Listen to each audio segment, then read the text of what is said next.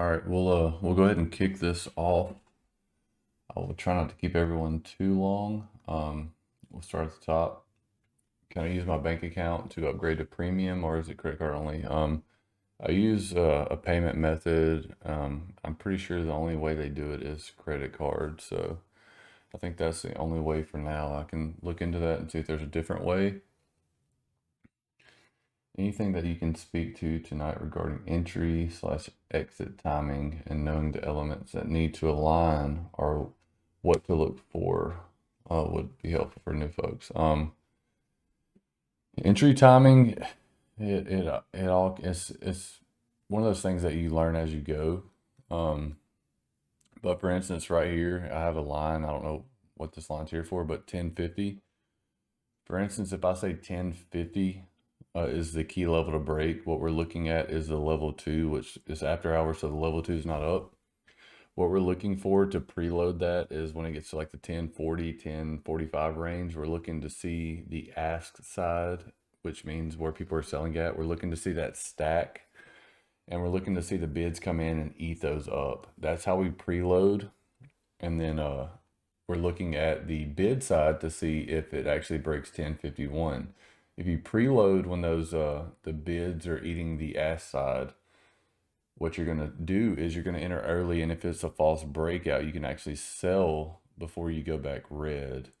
So it's all about reading the price action, and I'll make another video about like reading price action and all of that as volume spikes and so on. That will kind of help prevent people from getting caught in those false breakouts. Can you show the setup for your hotkeys on Webull? I don't trade on Webull personally. I trade on DOS Trader, which is not up right now. But basically what I do for hotkeys is I have it's called a limitable market order. And what that means is there is a 5 cent offset. And what I mean by that is when I buy a stock, I hit my hotkeys, and it's only going to fill in a 5 cent range where I hit my hotkeys. It's going to give me the best fill within that 5 cents. So when I hit my hotkey to buy, it's going to fill on the ask side. For if I want to enter at 1050, the most it's going to fill at is 1055. When I sell, if I want to sell up here at $11, the lowest it's going to sell is at 1095. And I actually already made a video on that topic as far as hotkey setups go, but I can make another one. Suggestion for the live stream, just think it would be better on Ryan if during the live trading use the live chat channel instead of jumping between two channels. Yes, that honestly, it would make it a lot easier on me if everyone talked in one channel. What I did is when I started this Discord, I wanted to put a cap on it because everyone knows, I'm a nobody in the stock world, and my name is growing pretty quickly now, I believe. So what I wanted to do is I wanted to separate the first 100 people that believed in me and took a chance with me, and I wanted to put them in their own room. And my logic behind that was as my following grows, I will be able to answer everyone's questions in two different chat rooms. And what I mean by that is, if I have 500 people in one chat room and 500 people in another chat room, people's questions are going to get skipped because I'm not going to be able to answer them quickly enough, especially when I'm live trading. But all logical questions, something everyone can learn from, I think that should all go into one chat room. But as far as, just casual conversation, I like to separate those chat rooms. So if everyone could actually, alerting levels or stocks or anything like that, I think it would be much easier on me and everyone if we all talked in one chat room. And I've been trying to think of ways that I could do that that doesn't limit the first members to join. You know, I, they're special to me. Everyone that joins after, you're also special to me. But the first people that believed in me, they're very important to me. And I want them to have their own chat room. But I do think it would be very beneficial if everyone typed, common questions that everyone could benefit from in one certain chat room. And I'll try to figure something out where we can actually do that. How do you find support and resistance, and how do you chart them? There's a YouTube video out going over my strategy, and it kind of goes over how I map out support and resistance, but I'll do a quick tutorial over that. Let me delete these really quick and I'll show you.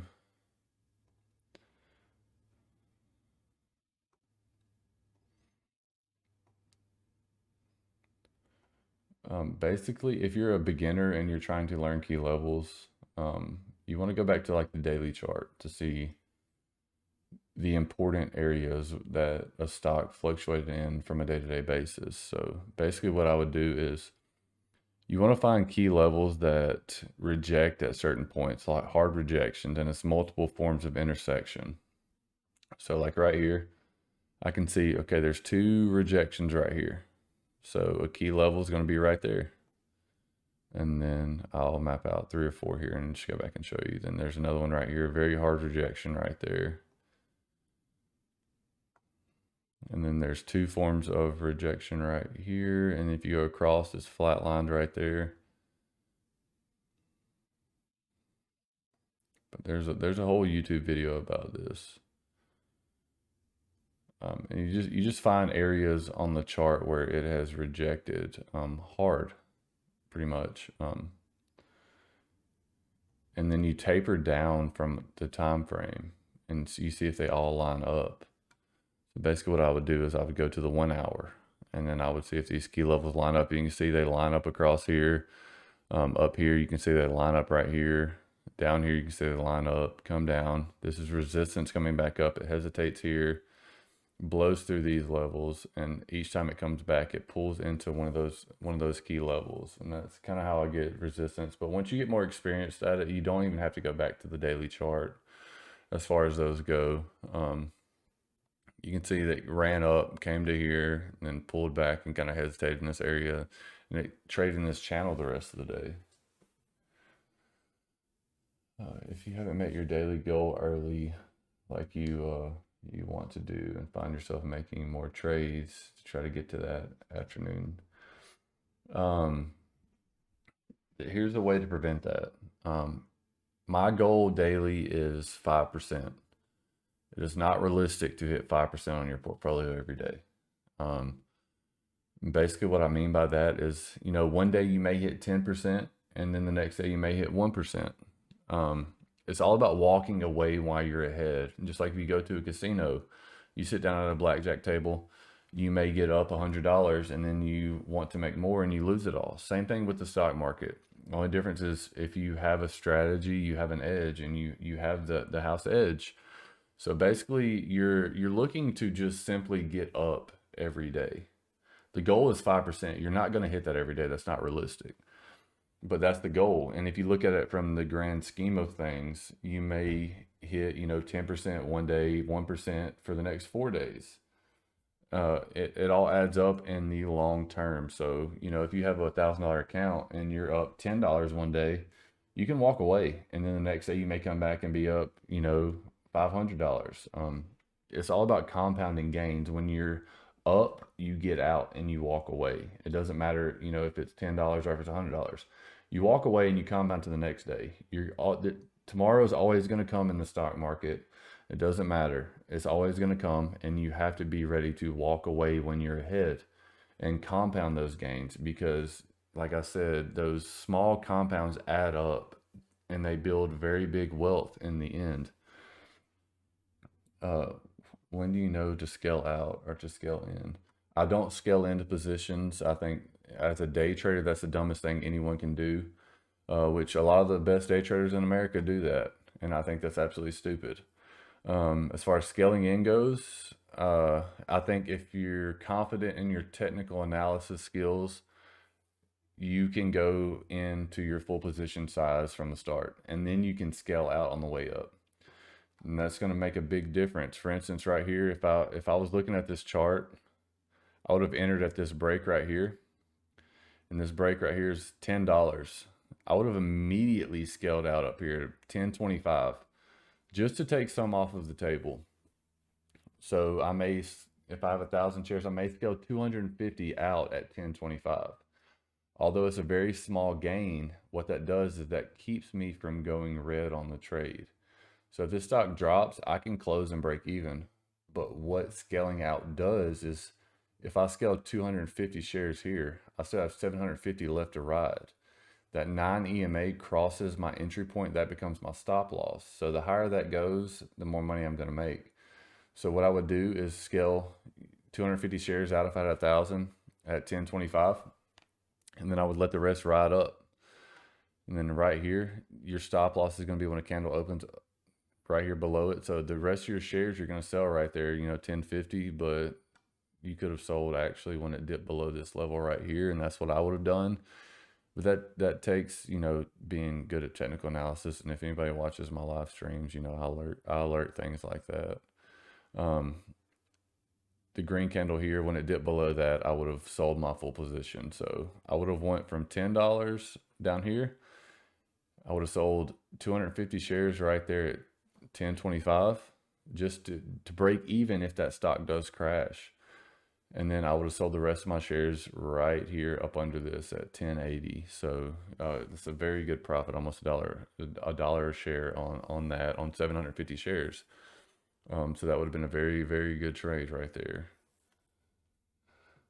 Any guidance / strategy on how to properly enter a long entry on a pullback? You can go to longer time frames as far as that goes, and you can actually use my strategy. And I can go to like Tesla or something, TSLA, and I can show you what I mean by that, TSLA.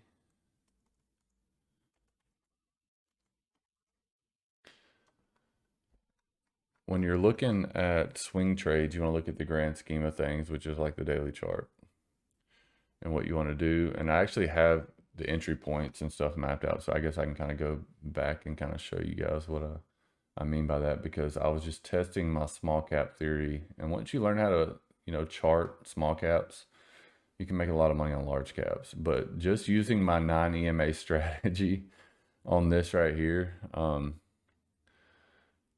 you have the high right here, which is the entry point, as you can see from previous examples at 901 or 902. Using the 9 EMA strategy, you would not have exited this trade until $1,129. And that takes you up a good bit from the original entry. But you ride that 9 EMA all the way up. So I trade on a short time frame. New traders that like to swing trade, they can use it on a long time frame. It doesn't make a difference. It's just you're in the trade longer. You just have to know how to utilize that 9 and 20 EMA. But you can see entry here, your exit would have been right here when it came below that 9. And you can see as the stock is running with momentum, it rides that 9 EMA all the way up. And you have a previous high over here at this level at 902 to 904, whatever it is. And if you would have used the 9 EMA strategy over 1, 2, 3, 4, 5, 6, 7, 8, 9, 10, 11, 12, over 13 days, you would have made over $100 a share just by using this strategy.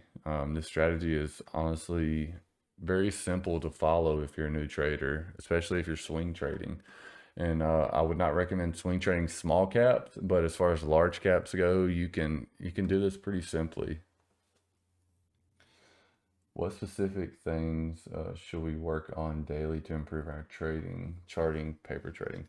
The only way to get better at trading, is to do it every day. You can paper trade all you want, but there's no emotion attached to paper trading. You're only going to learn from your losses. I don't recommend anyone coming in that's new to trading and, gambling with a lot of money, but you can come in and you can gamble with a very small amount, whether it's 10 or 100 shares. You can gamble with that until you get comfortable and you're profitable with it. But the difference between trading with real money and paper money is there's no emotion attached to it. So what you're going to see is you may get in a paper account and you may make, $1 million in a month, but in a paper account, you may lose $10,000 in a month. And it's because there's no emotion attached to it. We only learn from our losses, and that's with anything that we do in life. Regardless of what the situation is, you only learn when you lose. You're not going to learn from when you win. And you can brag about it when you win, but when you lose, you learn from it, and you have to understand and be able to figure out what it is that you did wrong. When you win, you don't know um, exactly what it is. You can't critique a win, but you can critique a loss. When to know how to exit a position? What's your strategy? You want to exit the position. Basically, like I talked about a minute ago, when you scale out, you want to scale out quickly in case it goes red, because when you're scalping small cap stocks, especially, it may gap up, 50 cents. You take profits immediately, you may scale, 25% of your position. And if that trade does go red, you're still green on it and you can close it. The worst thing any trader can do is hold their full position and hope that it keeps going. Lock profits anytime you get and scale on the way up. Steadily take profits because we don't know how high it's going to go. Your coaching is a lot of key levels and playing off of them. Do you ever find yourself playing the setups ahead of time? If you see them, ascending triangles, wedges, etc. For example, DCFC. You're looking today, you get ascending triangle. No, you never want to trade a pattern before you actually see it play out. If you see a bull flag like this morning, I know you're watching Crime Dog. If you see a pattern, you have to draw the trend lines, and you have to see it play out before you enter. Because if you trade aggressively, you can get burned. You never want to trade a pattern before it plays out because it can go the opposite way, and that happens a lot of times. You always want to be patient. In the stock market, patience pays always. So be patient, wait on that setup to come to you. I don't give a shit if you start watching a play at 6 o'clock in the morning and you have to wait until the market closes to get something out of it. Patience pays. You never want to rush a setup because that setup can always go the opposite direction of what it should. Just because it should do something doesn't mean it's going to. So be patient and wait on it. And you guys watch me do that every day in the live trading. What indicators or screeners do you use to find small caps to watch? Basically, right now the market sucks, so I'm using the Weeble Top Gainer. This is the only watch list that I use, and basically that's going to pick up everything. When the market heats up and there's 10, 15 runners a day, I'm going to have to use a different scanner. But right now, Weeble Top Gainers is the only thing that I use. There's no need to use anything else right now because this picks up everything. Whenever I'm using different scanners, all I scan for is a certain price range, whether it's $1 to $30, 1 million minimum in volume, and then the share float is going to be 100 to 200 million max as far as the float goes, and that's going to keep me in the small cap range. Love the cursor. Yeah, I've changed my cursor so everyone that watches me trade live, they see exactly what I'm doing. So now if I see people posting losses when I'm winning, I'm going to be pretty pissed off about that because you guys see this big ass yellow mouse and you guys will see my trading screen. You'll see when I'm clicking buy and you'll see when I'm clicking sell. So if you guys lose, oh man, if I'm banking, you guys are losing. I don't know. This big yellow mouse is going to come whoop your ass.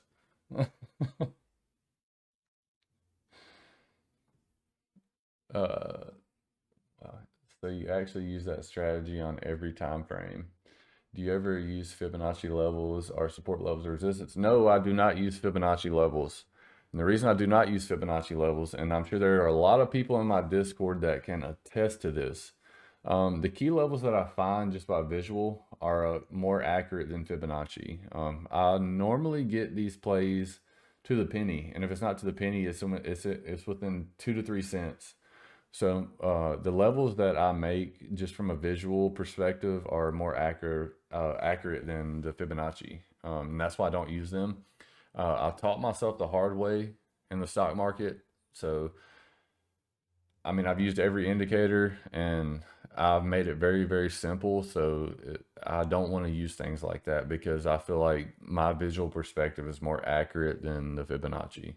And I know a lot of people that are watching this or are listening think that's crazy, but the same people that are watching this see me call it to the penny daily. And that's why I'm not changing anything. So you don't need Fibonacci, but if you're a new trader, it will help to use that. just to help identify levels closer.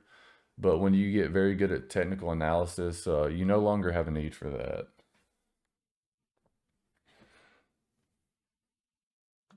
How do you narrow down your watch list to around 10 that you post?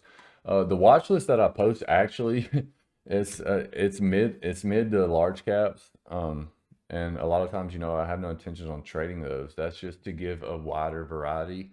Although that watch list that I have been posting, out of 10 plays, 8 to 9 of them hit. It's probably shooting 90 to 95% on accuracy, and I'm alerting a short level and a buy level. So most of those plays that I'm alerting hit twice. You just have to be able to follow those. But I just give people that aren't watching me trade live an option to do something outside of the live trading. They're gonna hit. We're not gonna choose the right one every day, but they are gonna hit. Um, and it all comes down to key levels. I'm very good at identifying those key levels, and they do hit. So you have to be ready for them. And of course, a lot of people know that I'm a small cap trader, so I don't really trade a lot of large caps and mid cap stocks. I'm solely focused on the small caps. But I wanted to open it up and do something for everyone in the trading community versus just small cap traders, and that's what I did with that watch list. And the way the market's been the last few weeks, small caps have sucked. So we haven't had the opportunity to trade small caps. So we have ventured over to that. And I've honestly shocked myself with those levels because those levels have been absolutely insane. And I'm actually kind of pumped about it now because it does give everyone the opportunity to do something in this Discord outside of small cap trading. His key levels have been factual since I've joined, like actual facts. I appreciate that, Crime Dog. Sometimes I shock myself with key levels. And I tell some people, it's luck sometimes, but they're like, no, motherfucker, it's not luck. You're doing it to the penny every time. And it's something I can't explain. It's almost like a second nature, like breathing. You're it's just something I see and I notice. I don't have a way to explain it. Um, I just see it. Like I can look at this chart right now and tell you everything about this chart, just by glancing at it. And that comes with experience, and it's not something that everyone will be able to do. Uh, I would like to say that I'm gifted, but I did learn the hard way, and I taught myself every aspect of reading a chart. So it comes. In the morning, this stock will probably sell off uh, just by looking at it, but who knows? If it drops under VWAP, it's going to go all the way back down to $9.92. And I can look at this chart and just tell you that. If it breaks over this key level that I have right here, which is right here at 11 or $11, just say it's going to break 11.20. And that's just experience is all it is. But any stock that's traded sideways like this is usually sold off. And it takes me literally 3 to 5 seconds to process that information. And it's just experience. And that's just something, more screen time makes you a better trader. Once you're in a position, do you watch the volume at all or not? As long as the candles, I don't. Here's the thing that's going to completely blow people's minds that don't watch me live trade. Whenever a stock is approaching the key level, I no longer look at the chart. I do not look at the chart. Worst thing you can do as a trader is look at the fucking chart while you're trading. Especially if it's approaching key levels. If you're a day trader or you're a scalper, you do not want to look at the chart. And what I mean by that is, I say this key level right here is $11. What I mean by that is, as this stock is coming up to $11, if you look at the damn chart, you're going to see the chart hit 11.05 or 11.10, whatever it is. But the bid side on the level 2 may be down at $10.95. And what that tells me is no one's paying over that resistance level to actually break that key level. So when a stock is approaching $11 right here, I no longer look at the chart. That will just fuck you up. In the long run, you're going to get caught in a false breakout. I move over to the level twos and I look at the bid side. I want to see what people are paying for that stock, because if no one's paying over $11 for that stock, it's not going to break that level. No matter what the chart says, the level twos will always do you right. Can you show us some more examples of entry points? Cal, is there a stock that you're looking at today so I can show you an example of an entry point? Are you entering off of level breaks or moving averages? Level breaks for sure. I know key levels to the T, so I know when it breaks that level, it's going to gap up. So what I'm doing is I'm watching the volume and the price action as it goes into that key level, and I'll preload before that gap up. Piton.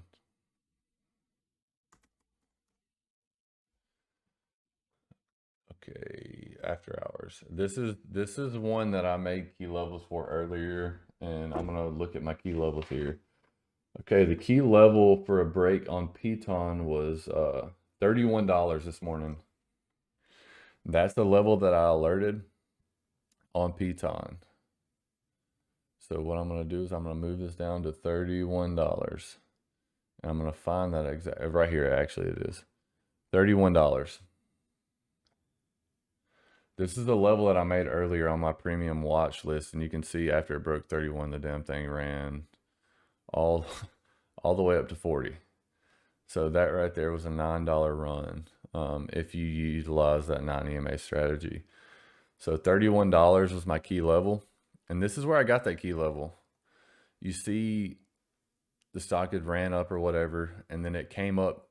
Its previous high was right here, $31. So I knew if it breaks this level, this thing could potentially run. It broke that level, came up, pulled back, and there's support there. And then look what it does after that.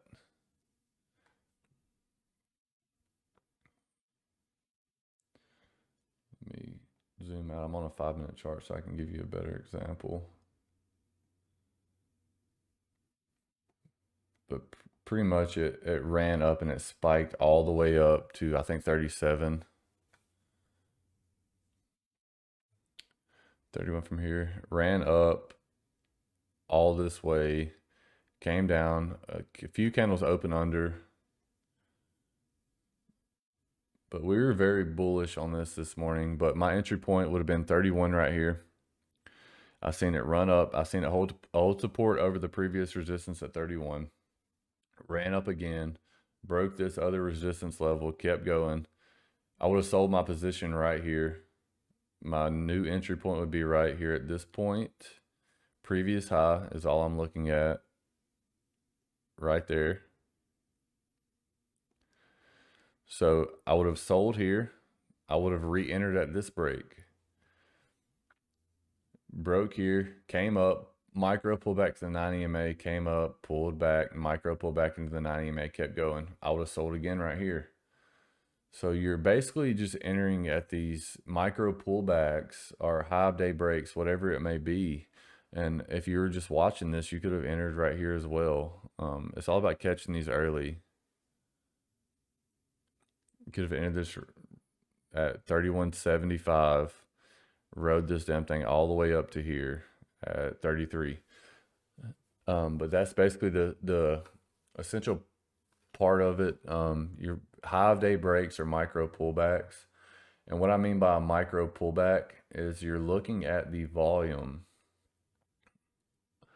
on these pullbacks. So basically right here, let me see if I can zoom in and show you guys.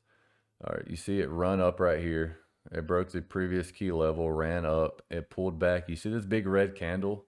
If you look down here at the volume side, you can see the volume still low. So that indicates to me that it's not an actual sell-off. It's just people taking profits. So I know that this thing's probably going to run again. And it ran again. And then it comes up. And then you have same thing. Green candle here bigger than the red one. That indicates that it's just profit taking. It's not a sell-off. And then you can just keep scrolling down with this and you can see when the actual sell-off is going to happen. You can see the volume starts growing in this area, spiked again, And this right here would have told me that this shit's about to go south. Just simply because the green volume was very low on this run. So I'm looking at, okay, this low volume, this thing's running, so this thing's about to fucking sell off. And that's what I'm looking at. You have to be able to read that volume. And you see this green candle here, and you see it slowly come over, indecision candle up here, and then you see it start to sell off. And you could have judged this entire chart solely by seeing this giant green candle right here and the low volume on it.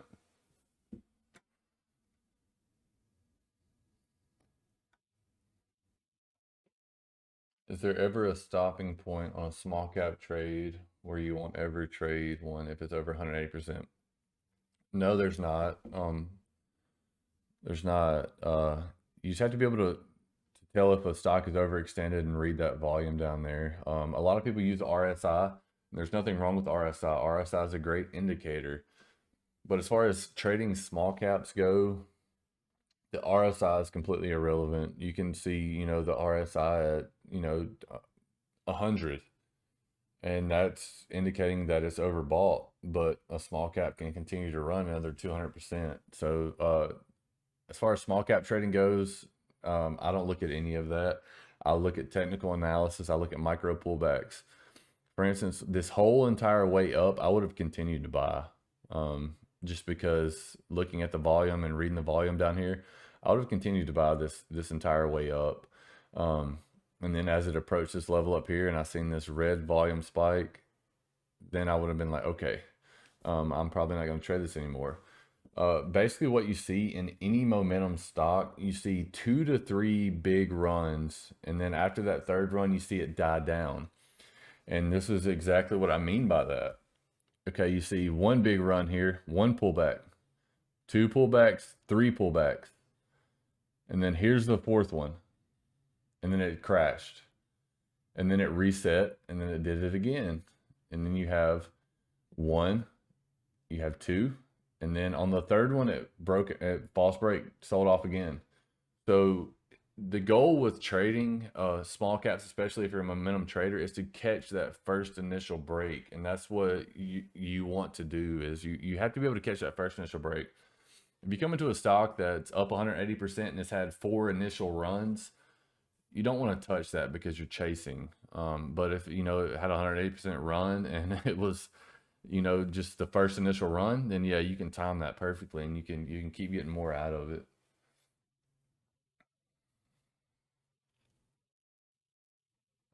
Can you do a video using level 2s for entry? Yes, actually, I can do that. The people that see me live trade daily in the premium live chat, they see that daily, and I explain that as I'm doing it. And that's the whole thing about trading live, is I explain my thought process, and I teach and I walk everyone through the trades as I'm trading live. And I think that's what separates me from most people, is because, most people will say, okay, we're looking at this level to buy and we're looking at this level to sell. Not me. I don't do that, and I will never do that. Once we're in a trade, I'm walking everybody in the fucking Discord through that trade. I'm telling you, okay, this is what we're looking for. This is the reason I'm selling here, and this is what we're gonna do if this happens. And that's my whole thought process behind that, and that's just how I approach things. So if you're in the Discord and you watch me live trade daily, you see me utilize those level 2s. The people that are just now joining and they're on the premium watch list, the watch list hits. I'm not gonna lie. I'm not trying to gloat about that, but it hits. You just have to be able to utilize those trades on your own, because you don't see me trading live daily. If you enter a trade on that watch list that runs $5 and you lose money, that's something you need to work on. I'm big on taking profits very quickly and making sure a trade never goes red. As a trader, you never want to trade that you're green on to go red. So I'm very quick to take profits immediately and then letting the rest of my shares ride. P-ton, maybe explain how those levels moved as the price does. P-ton. I'm a little baffled by that one. Maybe explain how those levels moved as the price does. This is all technical analysis based. Basically, if I entered here at $34, I'm gonna take a quick profit up here at 34.50, and I'm gonna let it ride the 90 MA all the way up, and I'm gonna close under it. We use level twos to sell early on a breakout if the ask starts stacking up. No, actually, what I want to see is the ask side start stacking up. And I want to see if the bids start hammering through those, because what that tells me it's about to drive higher. Your explanation of focusing attention on level twos as trade action closes and price on level and not looking at the chart makes a lot of sense. And just tweaking my game some. Thank you. Tiger, I know we've only known each other for a short period of time, but you've actually taught me a ton about technical analysis in the past few weeks. And I know from a day trading aspect and scalping aspect, I've taught you as well. But but man, when you when you start reading those level twos and get the fuck away from the charts, it's a complete game changer, because you limit yourself on those false breakouts, and it actually gets pretty insane. And that's honestly the only reason I was able to attain what I did last year as far as making $2 million goes, is because I learned the small things. It's not big things that make you a great trader. It's the small things that you compound into one strategy that make you a great trader. When I'm looking at this chart right here, I'm analyzing, 10 different things, but it all compiles into one. And that's what separates me from a lot of people is, I'm not over analyzing this chart. I'm looking at these simple facts of this chart, and I know what it's going to do. And just by looking at the chart, and then when it approaches that key level and then converting over to the level two and getting the hell away from the chart, that's going to save you from so many false breakouts. It's actually insane how many false breakouts that's going to save you from, just when you see the bid side move over that key level that you need to break. I asked you the other day about the colors on DOS Trading. You said it was nothing. Shortly after, you said stock was about to run because the bids were stuck. The colors on the level two are solely just the route, whether it's NASDAQ or New York Stock Exchange. That's what the colors are on it. The right side is the ask side, what people want for the stock, and the left side is the bid side, what people are paying for it. The colors mean nothing. Nothing. It's just simply the different routing aspects of it. Do you do anything different if entering on the second run up? I do not enter on the second run up. That's what separates me from most traders. And that's a very good question, Cal. And I'm very glad you asked that, because I have so many traders in my Discord struggling from this. If you miss the first entry on one of my alerts, stay the fuck away from entering a play, because what happens is you're chasing. If you miss that first initial alert, you're chasing the stock, because what happens is every time, say I alert a $10 level, if it breaks out and it runs to 10.50 and I alert a sell or a scale, every level I alert after that is solely just for the people that are still holding it. But what happens is if you keep buying after the initial breakout, you're eventually going to buy the top. The top may be $11 from $10, but if you keep buying those high day breaks, you're going to buy the top. There's no way to avoid that. You can't keep entering a play over and over and over and expecting it to keep run and run and run. That's not going to happen. That's not realistic. You have to take that first initial break, and if you sell your full position, leave that motherfucker alone. And I'm sorry for the language, but that is the most important part about day trading and scalping. If you miss the first initial break, leave it alone, because every time you enter after that first initial break, you're getting closer and closer and closer to buying the top of that trade, and you're going to get screwed. And that's the only way to look at it. And that's a very good question. And I'm not harping on you for asking that. I'm very glad you did, because there's so many people struggling with that. And You can't. If you miss that first initial trade, do not take it. That's the best question, honestly, that you could have asked. And it's something I can't teach. As a new trader, what people do is they see a stock running, they see green, and they want to enter. You do not enter stocks when it's green. You enter when it's red, and it's a perfect setup for it to break higher and make green again. And that's something you can't explain. If you go back to the 5 minute chart on this one right here, let me see if I can find a good example. Here's a perfect example. If you enter a stock while it's green, you see it gapping up and gapping up and gapping up, all green on the 5 minute chart. Somebody is going to buy right here in this area, and the motherfucker's going to tank. You cannot buy a stock when you see that it's green. You have to wait for a red pullback, and you have to wait for a technical analysis setup before you enter this play. You have to know key levels. If you want to play reversals, you know where it's going to pull back to, and then you can contemplate an entry if you see an engulfing candle or anything like that. But you cannot enter a trade if you see green. If you see green after I alert a level, stay the fuck away from it, because you're going to get burned. Because what happens with these momentum plays is you're going to buy the top. You have to wait for that perfect setup to come to you and avoid the second breakouts.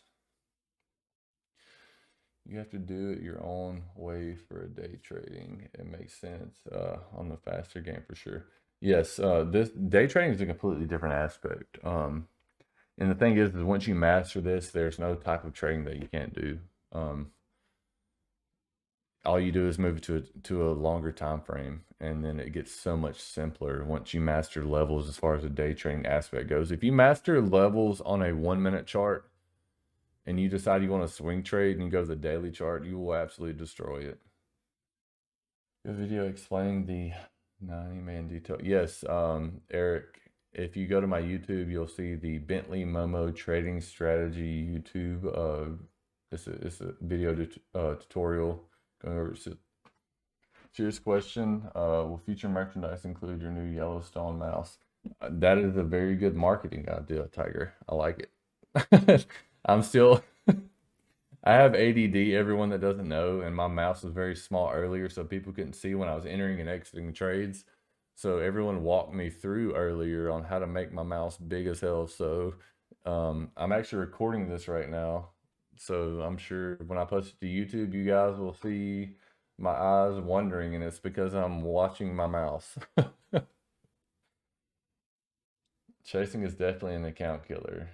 Any strategies, techniques on the best way to keep emotions out of trading? The light bulb went off for me as far as emotional trading when I came to the point where I had the mentality like I don't give a fuck if I lose on this trade. I don't give a shit. If I lose, I lose. I can find a way to make more money and put more money into it. And this is the mentality I had when I had negative $37 in my bank account, long before I made millions. This is the mentality that I had. If you come into the market every single day and you have a goal to hit and you don't hit that goal, you're going to chase that goal and you're going to lose money. It doesn't matter. You don't look at it from a day-to-day perspective. You look at it from a long-term perspective. Yes, I may make 1% tomorrow, but if I look at it at this 30 days away, in a 30-day time frame, I made 5% per day. And that's what you want to look at it as. I don't give a shit if I lose today. Tomorrow I'm going to fucking bank. And that takes emotions away from it.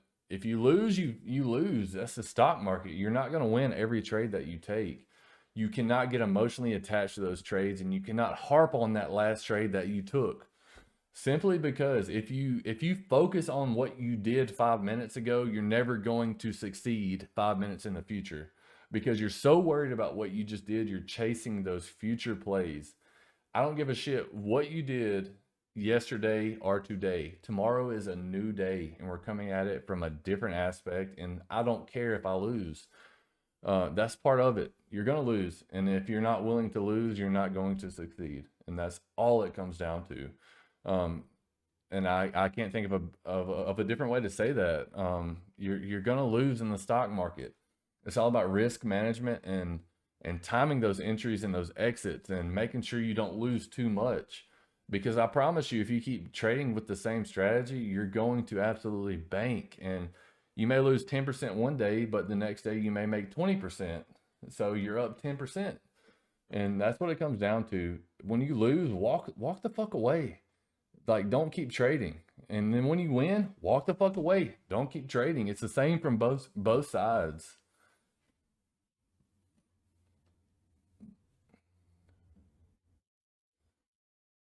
Yeah, where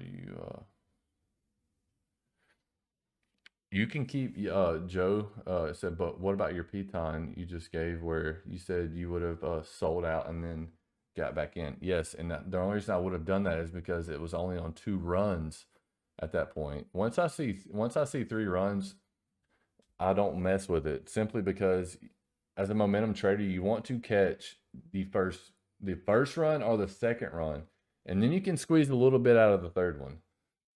But after that point, I'm just going ahead and saying it's going to crash, although it may run, 10 more dollars. I'm assuming it's going to crash, so I leave it alone.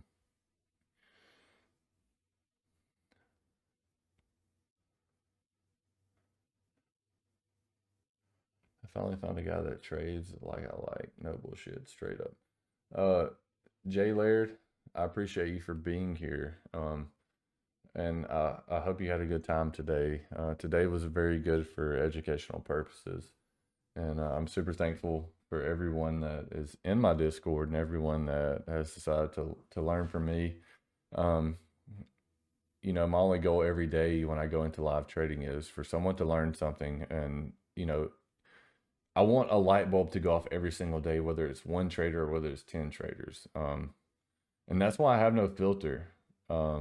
Simply because there's going to be a light bulb go off when I say some dumb shit that may seem irrelevant to anyone else.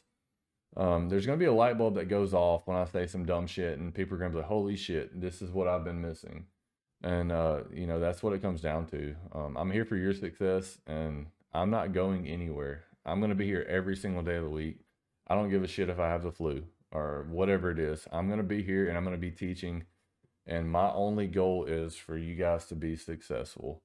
And I just from doing this for 4 months now, 5 months almost, to see the impact that I've made on the very small following that I have is it's insane. It's so humbling to know that there are people that are quitting their 9 to 5 jobs, working for someone else, some asshole that's telling them what to do, and now they're in the position to make their own fucking life. That's what I'm here for, and I love it.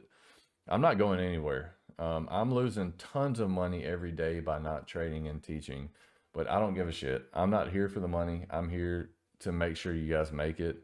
Um, my goal this year is to make a millionaire out of at least one of my followers, and I can guarantee you I'm going to do that. I may not make $1 million this year, but I guarantee you one of my followers will. And the only question I have is who the fuck is it going to be? And that's open for grabs, and I think there may be more than one.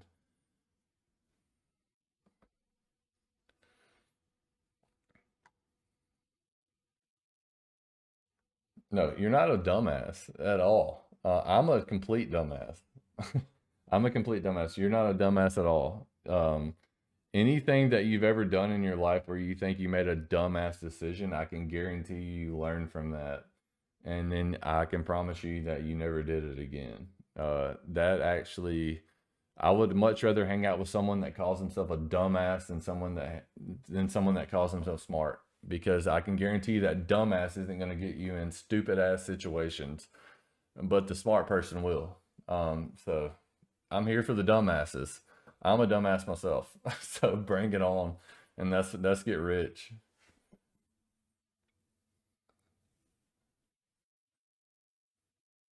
Uh, what is your drink of choice for Shotgun in the Halt? So once we're patented later. I'm actually working on getting a sponsorship right now for Shotgunning the Halt, and I'm not going to tell anybody about that. We're going to see how it works out. But tomorrow I'm flying out of town on Thursday for I'm taking my girlfriend to Dallas for Valentine's Day. So tomorrow's gonna be my last day trading full time this week. So tomorrow is actually shotgunning the halt. I've got Jameson and the refrigerator ready. So tomorrow I'll be shooting Jameson every halt play we call.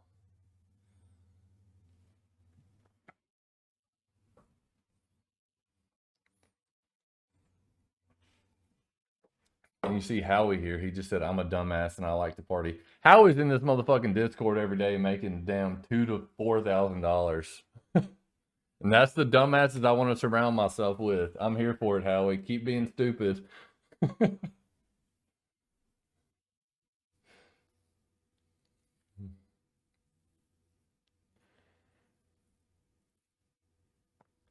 And the liver is evil. It must be fun. Oh, man. That was funny, Tiger. Oh, shit. That was funny. All right, I've been recording live here for 51 minutes. Does anyone else have any questions pertaining to any of this before I hop off of here? And another thing, if anyone doesn't want to watch me live trade, totally understandable. There's, I think, 10 or 15 more spots left on the premium watch list for the 50% off. If anyone wants to do that, I got some tequila, but I trade one. Hey, if you're trading while you work, that means the more tequila you drink, the better you're going to be at your job.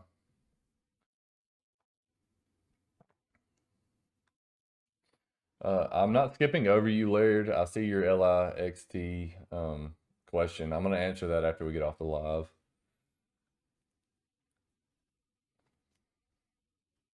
So anyone that's ready, you know, to trade, I'm here to help, and hopefully I can help everyone in any way I can. And hopefully the people that don't want to join learn something from tonight's live call.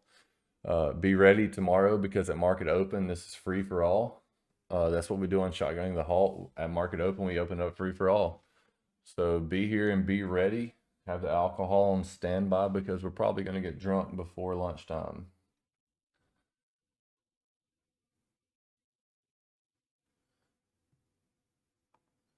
David, I'm glad to have you here. Super thankful for everyone, and you guys have completely changed my life. I was getting very bored with trading, and you know my old Discord members know this. It doesn't matter how much money I was making. I was getting very bored with what I was doing, and being able to teach and have the platform to teach on has completely changed my life, and that's what I'm here for now. Each one of you guys that succeed, it makes my life better, and that's what I'm here for. And any way I can ever help, please feel free to DM me, ask any questions, and I'm here. I don't sleep. A lot of you guys know that DM me late at night that are on the other side of the country or world, wherever you are. You guys know I respond. So please feel free to ask any questions. I'm here to help.